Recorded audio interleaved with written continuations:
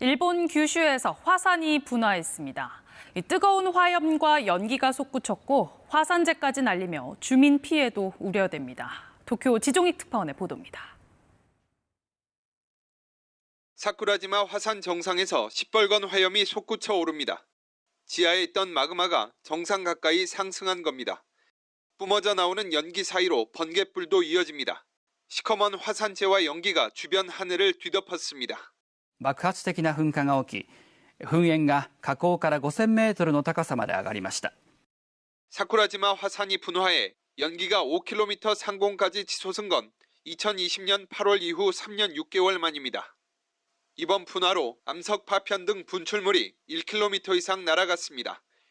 일본 기상청은 가고시마현과 구마모토현 등 화산 주변 지역에 화산재 예보와 분화 경계 3단계인 입산 규제를 발령했습니다. 주변 도로와 민가는 회색빛 화산재로 뒤덮였습니다.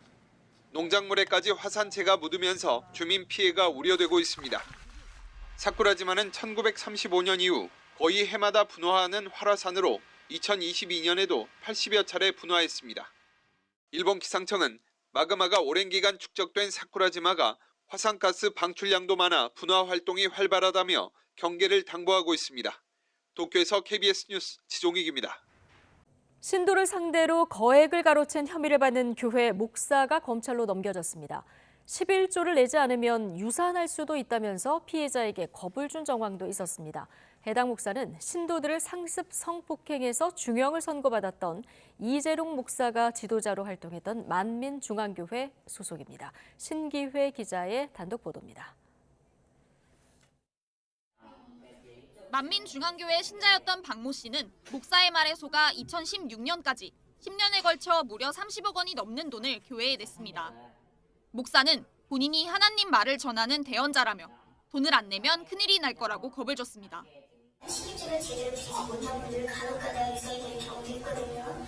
그런 경우에 단장님께서 항상 말씀해 주십니다. 언제나 11조 드렸는지. 반면 돈을 내면 당회장이 죄도 벗겨주고 치료도 해준다고 현혹했습니다.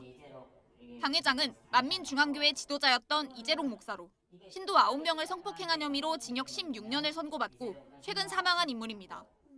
장관이 그 성토치를 통하여서 우리 성도님들의 수년간 많은 문제 해결과 응답을 받아왔던 그런 간증들이 있습니다. 언론 보도와 수사 과정을 통해 이재롱 목사의 교회 내 성폭력을 알게 된 박 씨는 크게 실망해 교회를 떠났고 지난해 5월 사기 혐의로 A 목사를 고소했습니다.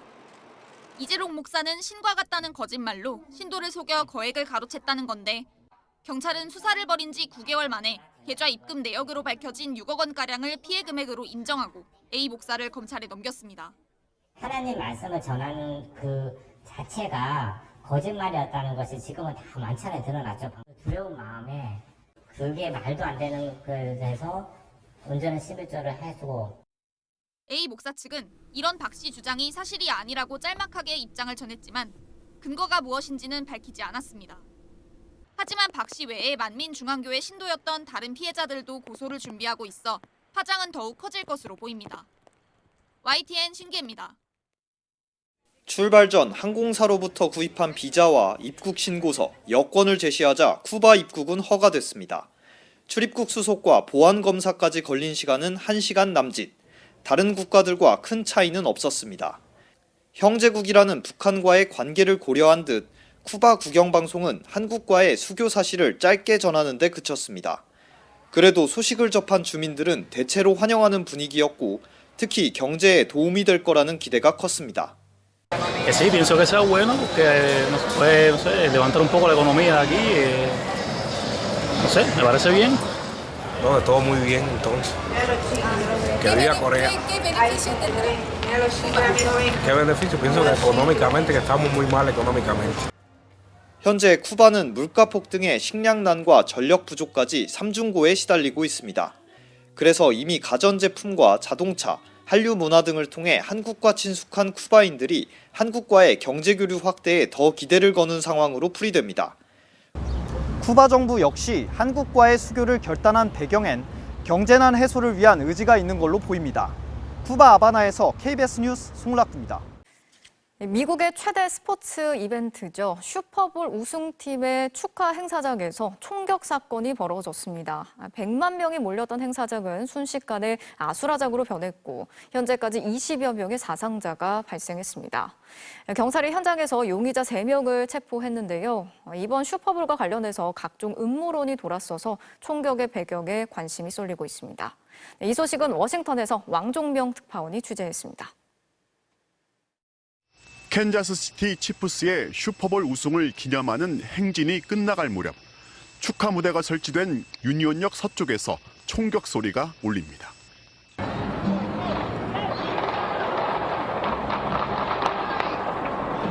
치프스에 붉은 유니폼을 입고 몰려든 100만 명의 인파가 혼비백산 달립니다. Everybody started running. There was screaming. We didn't know what was happening. 그때 총을 들고 있던 한 남성이 도망치기 시작했고 옆에 있던 시민들이 몸을 던져 저지합니다. I just heard somebody yelling to stop this guy, tackle him, and he was coming in the opposite direction. So you don't think about it. It's just a reaction.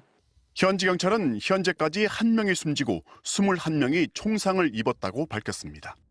사망자는 지역 라디오 방송의 진행자이고 부상자 중 다수는 어린이였습니다. 11 of which are children with 9 gunshot wounds. 11 children. Can you give us an age range for those children? I can. Our ages were between 6 and 15.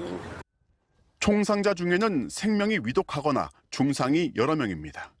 경찰은 시민들이 제압한 용의자를 포함해 총을 들고 있던 3명을 현장에서 체포했습니다. 군중을 통제하기 위해 경찰 800여 명이 현장에 배치되어 있었지만 축제가 악몽으로 변하는 걸 막지 못했습니다. 대선의 해에 열린 올해 슈퍼볼은 경기 전부터 극우 세력이 만든 음모론으로 얼룩졌습니다. 지난 대선 때 민주당 바이든 후보를 공개 지지했던 팝스타 테일러 스위프트의 연인 트래비스 켈시의 소속팀이 슈퍼볼에 진출한 게 조작의 결과물이란 겁니다. 캔자스시티 우승에 불만을 품었던 건지 아니면 다른 악의적 의도가 있던 건지 워싱턴의 정치 분석가들까지 이번 총격을 예의주시하고 있습니다. 워싱턴에서 MBC 뉴스 왕중명입니다. 지난달 18일 대전 중구의 한 시장 주변 식당. 손님이 없는 식당에서 주인이 혼자 앉아 휴대전화를 보고 있습니다. 잠시 뒤 점퍼를 입은 한 남성이 식당 앞에서 서성거리나 싶더니 곧 문을 열고 들어옵니다. 이 남성은 조금 전 전화로 식사를 예약한 58살 A씨. 꾸벅 인사를 하며 들어오더니 손으로 네모를 그리며 대뜸 명함을 한 장 달라고 합니다. 업주는 일단 식당 명함을 건넵니다.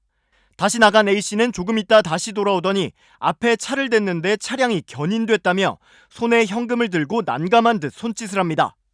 이어 식당 주인에게 손에 쥔 돈을 펼쳐 보여주며 견인된 차를 찾아오려는데 3만 원이 모자라다며 현금을 빌려달라고 했습니다. 견인된 차를 다시 찾아와 식사를 하고 밥값을 계산할 때 빌려준 돈까지 더해서 결제하겠다는 겁니다. 식당 주인은 별 의심 없이 지갑에서 3만 원을 꺼내 건넵니다.